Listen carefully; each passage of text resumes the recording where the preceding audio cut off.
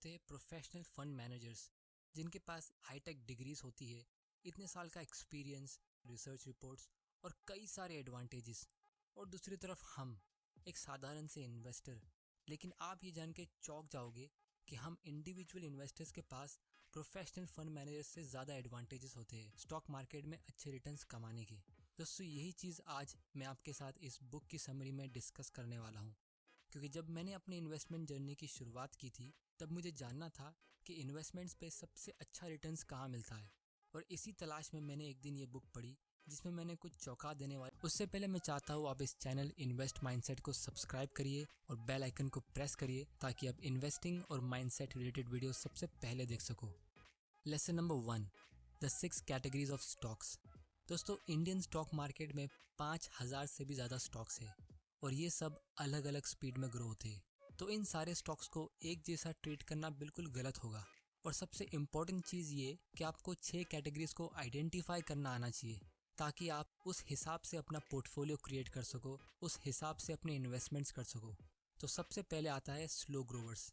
दोस्तों, ये कंपनी बहुत ही लार्ज, मैच्योर और स्टेबल कंपनीज होती है जो यूजुअली इकोनॉमी के साथ ग्रो होती है। पीटर लिंच को ये कैटेगरी की कंपनीज इतनी पसंद नहीं थी क्योंकि उनको इसमें ज़्यादा प्रॉफिट्स नहीं मिलता था, क्योंकि ये कंपनी यूजुअली ज़्यादा डिविडेंड्स पे करती है, लेकिन इनका ग्रोथ रेट होता है 2% से 5%। और इंडियन इकोनॉमी की बात करें तो ये कंपनी 5% से 10% पर ईयर ग्रो करती है। फॉर एग्जाम्पल कोलगेट, डाबर या विप्रो। सेकेंड कैटेगरी में आते हैं स्टॉलवर्ड्स। ये कंपनीज भी बड़ी होती है लेकिन इसमें और ग्रो होने के पोटेंशियल होते हैं। पीटर लिंच के हिसाब से ये कंपनीज यूजुअली 10 से 12% के रेट से ग्रो करती है। क्योंकि इंडिया में इन्फ्लेशन बहुत ज़्यादा है तो इंडियन मार्केट के हिसाब से मैं कहूँगा 15 से 25% पर ईयर, जो मेरे हिसाब से बहुत अच्छा ग्रोथ रेट है। मैंने अपनी इन्वेस्टिंग की जर्नी की शुरुआत यही स्टॉक से की थी क्योंकि यहाँ पे आपके पैसे डूबने के चांसेस बहुत कम है। आप खुद सोचो, कंपनीज जैसे नेस्ले, हिंदुस्तान यूनिलीवर, इसमें क्या चांसेस है आपके पैसे डूबेंगे। दोस्तों, तीसरी कैटेगरी में आते हैं फास्ट ग्रोवर्स। पीटर लिंच को ये कैटेगरी की कंपनीज पसंद थी। इसमें वो कंपनी को अर्ली स्टेज में आइडेंटिफाई करते थे जिसमें उनको बहुत ज़्यादा पोटेंशियल लगता है ग्रो होने का, और फिर उसको वो होल्ड करके रखते थे। ये कंपनीज परसेंटेज में नहीं बल्कि बैगर्स में रिटर्न देती है, यानी 10 बैगर्स, 20 बैगर्स। मतलब कुछ सालों में आपका पैसा डबल या ट्रिपल नहीं, 10 गुना या 20 गुना हो सकता है। फॉर एग्जाम्पल राकेश झुंझुनवाला ने 2003 में टाइटन कंपनी का स्टॉक खरीदा था 3 रुपीज़ पर शेयर में, और आज इसका प्राइस है 1200 रुपया। कैटेगरी नंबर 4 में आती है साइक्लिकल स्टॉक्स।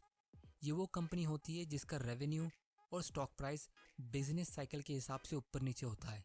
ये कंपनीज ऐसे प्रोडक्ट बेचती है जो लोग रिसेशन या बुरे टाइम में खरीदते नहीं है। सिंपल एग्जांपल ले लो, ऑटोमोबाइल इंडस्ट्रीज। जैसा इनका रेवेन्यू साइक्लिकल होता है उसी तरह इनका स्टॉक प्राइस भी साइक्लिकल होता है। दोस्तों, मैं ऐसी कंपनीज पूरी तरह अवॉइड करता हूँ और किसी भी न्यू इन्वेस्टर्स को सजेस्ट करता हूँ ऐसे स्टॉक से दूर रहने के लिए, क्योंकि इसमें प्रॉब्लम ये होती है कि न्यू कमर्स हमेशा बुल मार्केट के टाइम पे आते हैं जब स्टॉक ऑलरेडी बहुत महंगा रहता है, और जब मार्केट क्रैश होता है और ये इसका स्टॉक 50-60% गिरता है तो लोग डर के मारे इसे बेच देते हैं। इसीलिए न्यू इन्वेस्टर्स को मैं ये स्टॉक सजेस्ट नहीं करता हूँ। फिफ्थ कैटेगरी में आते हैं टर्न अराउंड्स। दोस्तों, ये कंपनी ऐसी है जो फिलहाल बुरे टाइम से गुजर रही है, जिसकी वजह से इनका स्टॉक प्राइस एकदम ज़्यादा नीचे गिर गया है।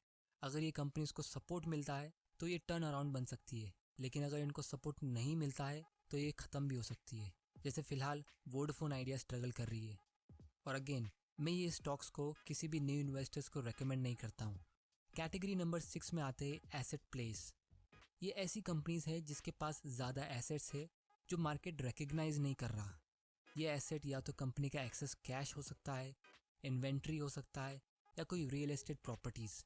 बेंजामिन ग्रैहम हमेशा ऐसी कंपनीज ही ढूंढते थे जिसको वो कहते थे बाइंग डॉलर्स फॉर 50 सेंट्स। दोस्तों, इसी तरह जब आप स्टॉक में इन्वेस्ट कर रहे हो तो आपको पता होना चाहिए वो कौन सी कैटेगरी की कंपनी है, क्योंकि अनरियलिस्टिक एक्सपेक्टेशन रखने से आपको डिसअपॉइंटमेंट मिलेगी। लेसन नंबर 2 और सबसे important lesson, how can individual investors beat experts. दोस्तों, एक कॉमन मैन म्यूचुअल फंड या प्रोफेशनल को कैसे बीट कर सकता है, चलिए देखते हैं। Reason number 1, too many restrictions. Mutual funds में बहुत सारे मैंडेट्स और रूल्स होते हैं जो म्यूचुअल फंड मैनेजर को फॉलो करने पड़ते हैं। क्योंकि वो ऑब्वियसली लोगों का पैसा हैंडल कर रहे, तो इसीलिए उन्हें रेगुलेटिंग बॉडीज़ और कंपनी की पॉलिसीज़ के हिसाब से स्टॉक सिलेक्शन करना होता है। रीज़न नंबर 2, फिर उसके ऊपर उनको अपने बॉस को समझाना पड़ता है, रिसर्च रिपोर्ट्स लिखनी पड़ती है, कन्विंस करना पड़ता है। और दोस्तों ये चीज़ याद रखिए कि हर इंसान की अपनी अपनी सोच और ओपिनियन होती है। हो सकता है वो एनालिस्ट को एक्चुअली में कोई अच्छा स्टॉक मिला, लेकिन उसके मैनेजर ने रिजेक्ट कर दिया। और तीसरा और सबसे इम्पॉर्टेंट रीज़न, दोस्तों मार्केट में दो तरह की म्यूचुअल फंड्स होते हैं, एक होते हैं न्यू फंड्स और एक होते हैं पुराने फंड्स। अब जो म्यूचुअल फंड्स रिसेंटली लॉन्च हुए होते हैं उनमें लोग इन्वेस्ट करेंगे तो कैसे करेंगे, क्योंकि लोग तो अक्सर पास्ट परफॉर्मेंस देखते हैं। और जो पुराने म्यूचुअल फंड्स होते हैं उसमें तो ऑलरेडी बहुत सारे लोगों ने इन्वेस्ट किया होता है, जिसकी वजह से म्यूचुअल फंड मैनेजर्स के लिए एक बहुत बड़ी प्रॉब्लम होती है।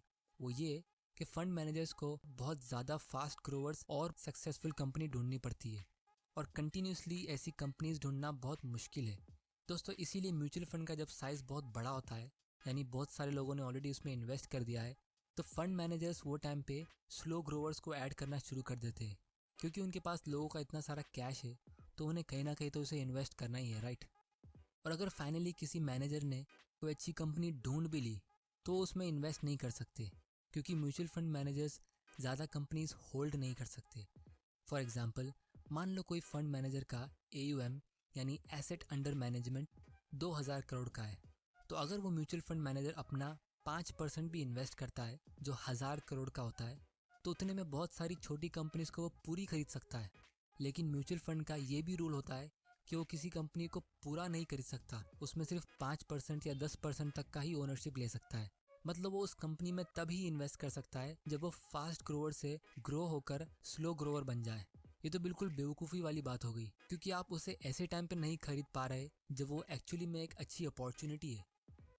और दोस्तों याद रखिए ये सब पॉइंट्स एक फंड मैनेजर खुद बोल रहा है, इसलिए ज़्यादातर mutual fund managers slow growers को ही पिक करते हैं, क्योंकि वो कम रिस्की होते हैं।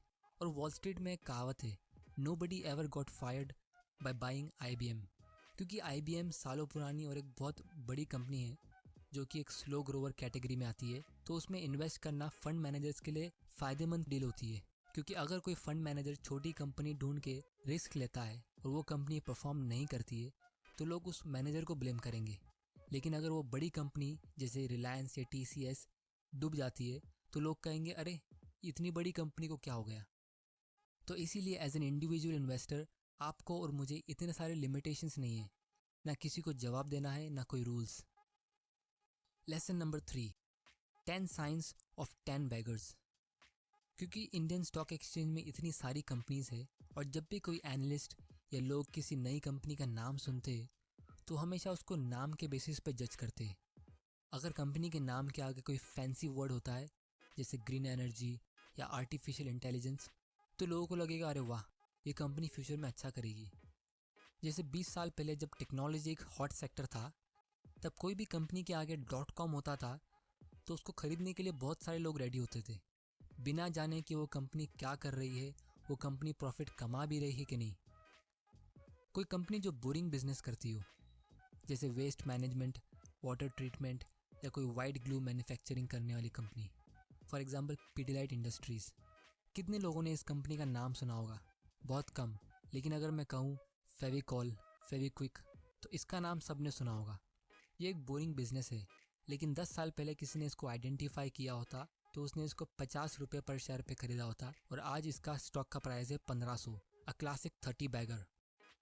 इट डज समथिंग डिसएग्रीबल, जैसे कोई इंडस्ट्री जिसमें कुछ लोग इन्वेस्ट नहीं करते, for example cigarette, alcohol, gambling.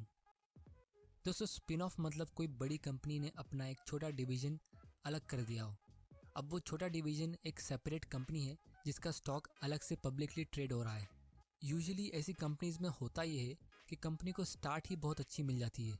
For example जब रिलायंस जियो को अलग कर देगा तो जियो एक स्पिन ऑफ होगा, क्योंकि उसको इतना अच्छा स्टार्ट मिला था रिलायंस की वजह से। Institutions don't own it and analyst don't follow it.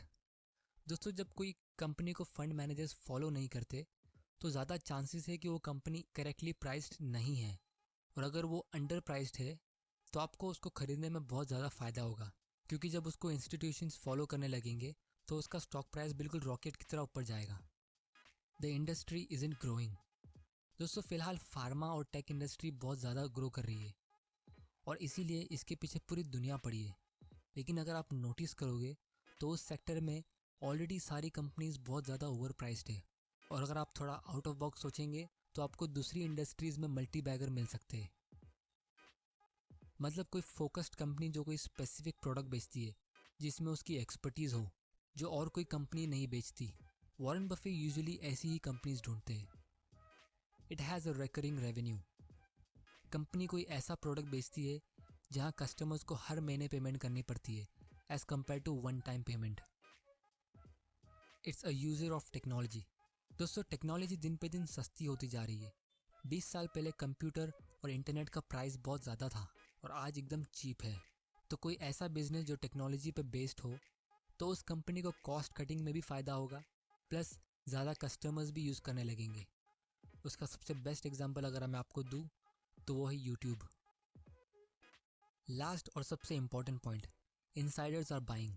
दोस्तों कंपनी के प्रमोटर्स को कंपनी के बारे में सबसे ज़्यादा पता होता है और वो अगर खुद उस कंपनी में इन्वेस्ट कर रहे हैं तो उससे उनका कॉन्फिडेंस शो करता है, या कम से कम उससे हमें ये ज़रूर पता चलता है कि कंपनी आने वाले कुछ टाइम में बंद नहीं होगी। Lesson number 4, stocks to avoid. दोस्तों जितना हम फोकस करते हैं अच्छे स्टॉक्स ढूंढने पर, हमें उससे ज़्यादा ध्यान देना चाहिए कि हम कोई फालतू स्टॉक्स नहीं उठा रहे, क्योंकि स्टॉक मार्केट में जो सर्वाइव कर गया वो ही हीरो है। इसीलिए पीटर लिंच के हिसाब से आपको ये 5 टाइप के स्टॉक्स अवॉइड करने चाहिए। Stocks from hot industry. Hot industry हमेशा न्यूज़ में होती है, सबको उसी में इन्वेस्ट करना होता है, जैसे इलेक्ट्रिक कार्स। लेकिन इसमें प्रॉब्लम ये होती है कि कंपटीशन भी उतने जल्दी आते हैं और कंपटीशन प्रॉफिट्स के लिए बहुत ज़्यादा डेंजरस होते हैं। जब भी आपको कोई ब्रोकर या फ्रेंड बोलता है कि आपको इस कंपनी में इन्वेस्ट करना चाहिए क्योंकि वो नेक्स्ट अमेज़ॉन या नेक्स्ट माइक्रोसॉफ्ट या नेक्स्ट गूगल है, तो आपको उसमें बिल्कुल भी इन्वेस्ट नहीं करना चाहिए। When the company is diversifying. दोस्तों अगर आपकी कंपनी फूड प्रोडक्ट्स बेचती है और वो अचानक से कोई टॉय मैन्युफैक्चरिंग कंपनी इसको खरीद रही है, तो चांसेस है कि वो अपना फोकस खो रही है। जो पैसा उस कंपनी को आपको देना चाहिए डिविडेंड्स के थ्रू, ताकि आप डिसाइड कर सको उसे कहाँ इन्वेस्ट करना है, वो कंपनी खुद इन्वेस्ट कर रही है। Whisper stocks. ये गलती ज़्यादातर बहुत लोग करते हैं। जब उनको कोई फ्रेंड एडवाइस देता है या उनको कहीं से टिप मिलती है कोई स्टॉक खरीदने की, तो उसको खरीद लेते हैं। Exciting name. दोस्तों आप यकीन नहीं मानोगे, लेकिन स्टॉक मार्केट में ज़्यादातर लोग सिर्फ कंपनी का नाम देखकर स्टॉक्स खरीदते हैं। इसलिए जिसके नाम बड़े होते हैं उसके पीछे ऑलरेडी पूरी दुनिया भाग रही है। Lesson number 5, things to do before investing. दोस्तों आपको सबसे पहले और सबसे सिंपल सवाल करना है अपने आप को, क्या मुझे इन पैसों की ज़रूरत है आने वाले 2 या 3 सालों में? अगर इसका आंसर येस है तो आपको वो पैसा बिल्कुल भी स्टॉक मार्केट में इन्वेस्ट नहीं करना चाहिए, क्योंकि शॉर्ट टर्म में मार्केट्स कैसे रिएक्ट करेंगे वो किसी को नहीं पता, लेकिन लॉन्ग टर्म में यानी 10 साल के ऊपर मार्केट हमेशा ग्रो करते हैं। Understand the basics of business. दोस्तों अगर आप अपनी लाइफ की इंपॉर्टेंट सेविंग्स को इन्वेस्ट कर रहे हो तो आपको उस कंपनी के बारे में थोड़ी रिसर्च करनी चाहिए, जिसके लिए आप इस चैनल को सब्सक्राइब कर सकते हो, क्योंकि मैं आपके लिए ऐसे इंटरेस्टिंग और नॉलेजेबल वीडियोस लाता रहूँगा। और सबसे last, don't bother timing the market. Stock market कब क्रैश होगा, इंटरेस्ट रेट ऊपर जाएगा या नीचे जाएगा, ये सब चीज़ों की आपको चिंता करने की बिल्कुल ज़रूरत नहीं है, क्योंकि time in the market always beats timing the market. तो दोस्तों आपसे मैं आज एक सवाल करता हूँ, आप कौन सी कैटेगरी में इन्वेस्ट करना प्रेफर करोगे? जवाब कमेंट के थ्रू बताना, ताकि मैं फ्यूचर में उससे रिलेटेड वीडियोस बनाऊंगा। दोस्तों उम्मीद है आपको ये वीडियो से कुछ सीखने मिला होगा। इस चैनल इन्वेस्ट माइंडसेट को सब्सक्राइब ज़रूर करिएगा और बेल आइकन को प्रेस करना, ताकि आप कोई इंपॉर्टेंट वीडियो मिस ना कर दो।